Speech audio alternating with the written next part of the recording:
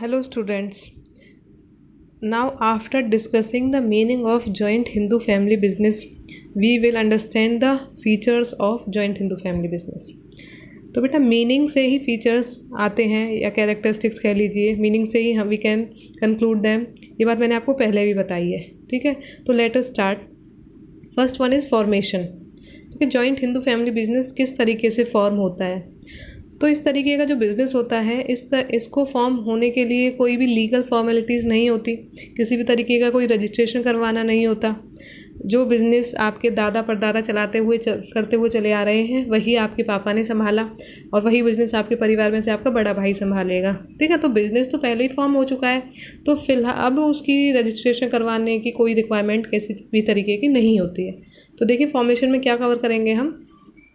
For a joint Hindu family business, there should be at least 2 members in the family and ancestral property to be inherited by them। तो बेटा दो तो conditions होंगी ही होंगी, क्योंकि हम यहाँ पर जॉइंट वर्ड यूज़ कर रहे हैं तो सीधी सी बात है यहाँ पर एक मेंबर नहीं होगा, दो मेंबर हो सकते हैं, कम से कम दो होंगे, ज़्यादा से ज़्यादा 3 भी हो सकते हैं, 4 भी हो सकते हैं, या एक परिवार में जितने भी मेंबर्स हैं, जितने भी किसी भी इंडिविजुअल के बच्चे हैं जो मेंबर्स उसके बिज़नेस के होंगे वो कितने भी हो सकते हैं। ठीक है, तो पहली कंडीशन ये है कि एटलीस्ट 2 मेंबर्स होने चाहिए, और दूसरी है कि कोई भी एंसेस्टर प्रॉपर्टी ज़रूर होनी चाहिए, यानी पूर्वजों का बिजनेस भी तो होना चाहिए जिसको रन किया जाएगा। तो ये 2 कंडीशन है इसके फॉर्मेशन के लिए।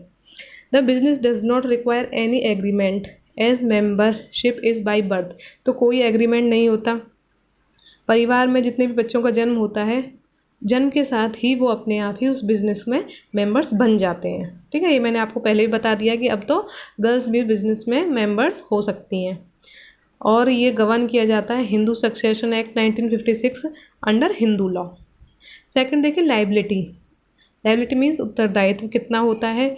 मेंबर सब 2 भी हो सकते हैं, 3 भी हो सकते हैं, तो किसकी कितनी लाइबिलिटी बनती है।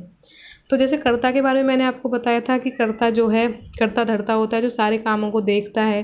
कहीं पर कोई साइन करने हो, कोई कॉन्ट्रैक्ट साइन करना हो, कोई एग्रीमेंट साइन करना हो, तो वो कर्ता साइन करता है। तो इसी वजह से कर्ता की जो लाइबिलिटी है वो अनलिमिटेड हो जाती है। ठीक है, और जो बाकी को पार्टनर्स हैं उनकी लाइबिलिटी कैसी रहेगी, लिमिटेड रहेगी। ठीक है, इट मीन्स अगर बिजनेस में किसी भी तरीके का कोई लॉस हो जाता है तो उस लॉस को पूरा करने के लिए को पार्टनर्स सिर्फ उतना ही कंट्रीब्यूट करेंगे जितना वो प्रॉफिट का शेयर प्राप्त करते हुए चले आए हैं।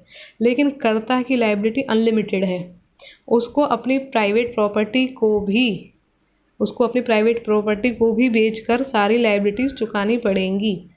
ठीक है, लेकिन को पार्टनर्स को लिए ऐसा कोई स्ट्रिक्ट बाउंडेशन नहीं है। ठीक है, को पार्टनर सिर्फ उतनी ही लाइबिलिटी ख़त्म करेंगे जितना उनको शेयर मिल रहा था बिजनेस में। द कर्ता however has unlimited liability. Control की अगर हम बात करें तो सारा कंट्रोल कौन करता है, कर्ता कंट्रोल करता है। The control of the family business lies with the karta. He takes all the decisions and is authorise to manage the business. His decisions are binding all the other members. और कोई भी decision लेना हो तो वैसे तो ये जॉइंट हिंदू फैमिली बिजनेस है तो सबका सलाह मशवरा लेना ज़रूरी है और लिया भी जाता है, लेकिन फिर भी अगर कर्ता को ऐसा लगता है कि वो किसी पॉइंट पे बहुत ज़्यादा सही है और बाकी फैमिली मेम्बर्स गलत हैं तो उसका डिसीजन सबको मानने होगा। ठीक है, his decision will be final. Next देखिए कॉन्टीन्यूटी। तो इस तरीके का बिजनेस जो है बेटा कर्ता की डेथ के बाद ख़त्म नहीं हो जाता है। ठीक है, क्योंकि कर्ता की अगर डेथ भी हो जाती है तो उसके बाद उसका अगर जो फैमिली में उसके बाद जो एल्डेस्ट मेंबर है वो कर्ता की पोजीशन ले लेता है। ठीक है, तो ये कभी ख़त्म नहीं होता। हाँ, मैं ये भी नहीं कह सकती कभी ये ख़त्म नहीं होता, इट कैन बी ओवर, लेकिन ये तब ओवर होगा जब फैमिली के सारे मेंबर्स कोई लीगली ये स्टेप उठा लें कि हमको ये बिज़नेस कंटिन्यू नहीं करना है। अगर वो लीगली इस बात को के लिए एग्री हो जाते हैं कि we don't want to continue this business, तो ये बिज़नेस अपने आप ख़त्म भी हो सकता है। The business continues even after the death of the karta is the next eldest member takes up the position of karta, leaving the business stable. The business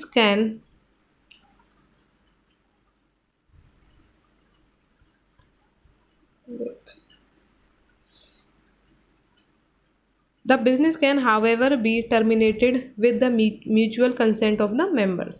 Next देखिए minor members. The inclusion of an individual into the business occur due to birth in a Hindu undivided family. Hence minors can also be members of the business. तो minor और major बेटा दो terms होती हैं। 18 year से 18 साल की कम उम्र के जो यंगस्टर्स होते हैं वो माइनर्स कहलाए जाते हैं, और 18 एज कंप्लीट होने के साथ ही वो मेजर बन जाते हैं। तो यहाँ पर माइनर्स जो हैं वो भी मेंबर हो सकते हैं, ठीक है। और किसी तरीके के बिजनेस में माइनर जो है वो मेंबर नहीं हो सकते, लेकिन यहाँ पर माइनर जो है वो मेंबर हो सकते हैं, क्योंकि एक बच्चे के जन्म के साथ ही वो अपने आप ही बिजनेस में मेंबर बन जाता है। ओके, तो हमने कवर किए हैं अभी फीचर्स। ये फीचर्स बेटा आपको as it is note down करने हैं और लर्न करने हैं। ओके।